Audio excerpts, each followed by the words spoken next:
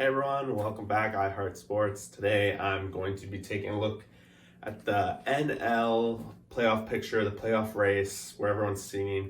What would it look like if the playoffs started today, and things like that. If you had a chance to look at the American League one and you didn't catch the mistake, go back and maybe you'll see it. But I had the seeding a little bit wrong. I guess I misunderstood how the playoff seedings work. So if you didn't catch it, whatever. Today, National League, I got it right this time, so there won't be any issues there. Before we get started, just if you enjoyed the channel so far, enjoy the power rankings I do. Next one's coming out in a couple days. Today is Saturday. I think it's September 4th or 5th. All these days are starting to blend together, but we're in the last month of baseball, so thought it's time to start looking at the better teams and see who's going to likely make the playoffs. NL is it's a lot more exciting than the AL. As you can see, 4 extra teams in the hunt compared to the AL. We have a couple teams in the playoffs, sub 500, 3 actually. So if you're weighing conference against conference, I think we can give the slight edge to American League at this point. Starting things off, we got what would be the series of the Dodgers versus the Cardinals. Dodgers, the clear-cut best team in baseball right now, 750 win. They've been cruising. Cardinals in 8th, one of the teams below 500. They have a lot of meaningful baseball left, so they're on the cusp of it. A lot of meaningful series coming up. I'll touch on that at the end. They had their whole COVID situation, so a lot of doubleheaders. Really, this is the big weakness what the Dodgers might face. I'll talk a little bit more about that once we get to the bottom here. Number 2, we got the Cubs, 600. They'd be facing off against second wildcard team, which would be the Marlins. Again, another sub-team.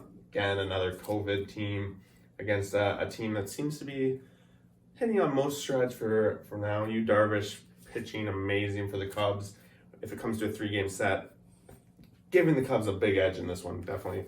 Due to starting pitching, having been there before, a lot of veteran players. So Marlins, up-and-coming team, maybe not this year, but next year. I guess we don't really know what the playoff picture will look like next year. 3rd, we have the Braves, 600 team, really tied with the Cubs, so these two could swap at any time, although I do think those 3 are going to maintain the top 3 spots. They'd be going against the Brewers. Again, another sub-team, but I'm honestly a little shocked to see the Brewers being the 6th seed. I just felt like they've been having a much worse season than I guess they've been slowly chipping away, at least lately, too. They had a big win last night. But they'd be in 6th. That would be a pretty interesting 3-game set. I think it's a lot closer than it would appear on paper here. Definitely with the Braves. Really, they got freed, and then after that, their pitching falls off a little bit. So, given Milwaukee's had some pretty good pitching results this year, could make for a pretty good 3-game series. Number 4, the 4th series would be Padres versus the Phillies. Phillies on the climb. They're at 559 now. They've really started to secure that spot, the 2nd seed in their division. But they would be unfortunate facing off against the red-hot Padres, who have made tons of deals to try and make a run at this playoffs this year. So this is the year the Padres, they're really going for it. So I'd love to see this. Padres win, they would face the Dodgers. Very exciting, very exciting. But for me, some concerns. As good as this Dodgers team is, it's a 3-game series.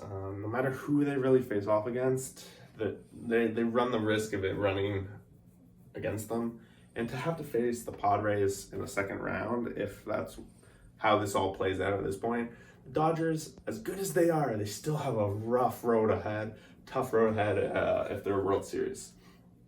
Taking a look here, we see a bunch of sub-teams. It's bigger than the AL, but 474, they're within striking distance of all these teams. 436, even within striking distance. For me, I went over kind of the rest of the games that are going on in September here. Some highlights for me that came out of them. Let's see, I wrote these down. The Phillies and the Mets, we know they're playing right now. For me, the Mets and the Reds have the best chance of these four teams to really make a push. Looking at their schedule, it's really in their hands. The Reds play 5-game series against the Cardinals.